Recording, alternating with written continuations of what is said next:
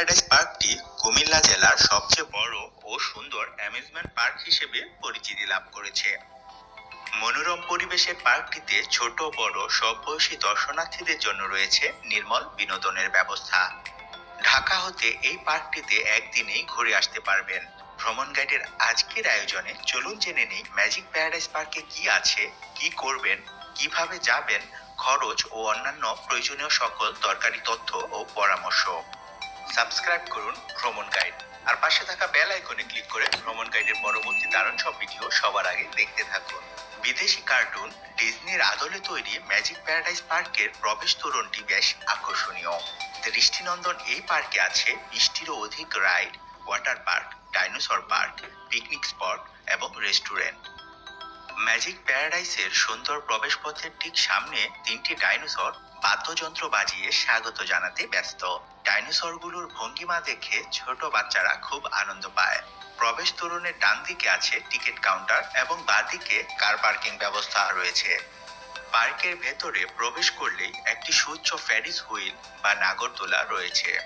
নাগরদোলা থেকে আরো ডান দিকে এগিয়ে গেলে কৃত্রিম লেকের পাড়ে সুদৃশ্য ম্যাজিক প্যারাডাইস লেখাটি চোখে পড়ে।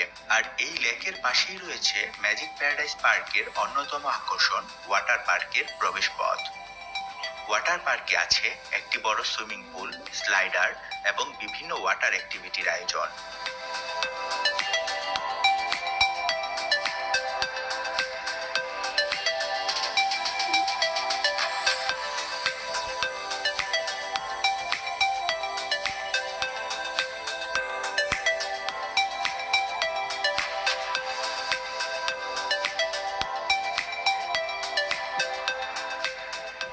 মূল প্রবেশ পথের বাম দিকে রয়েছে বেশ কিছু আকর্ষণীয় রাইড, বাম্পার কার, টয় ট্রেন ইত্যাদি। মূল প্রবেশ পথ ধরে সোজা এগিয়ে গেলে শেষ প্রান্তে রয়েছে রোলার কোস্টার এবং dinosaur park the lost world. সিঁড়ি দিয়ে দ্য লস্ট ওয়ার্ল্ডের দিকে যেতে থাকলে দুই পাশে বিভিন্ন ধরনের ডাইনোসরের দেখা মেলে। ডাইনোসরদের মোটরাইজ নড়াচড়া এবং অসাধারণ সাউন্ড ইফেক্টগুলো যেন ডাইনোসরদেরকে জীবন্ত করে তুলেছে।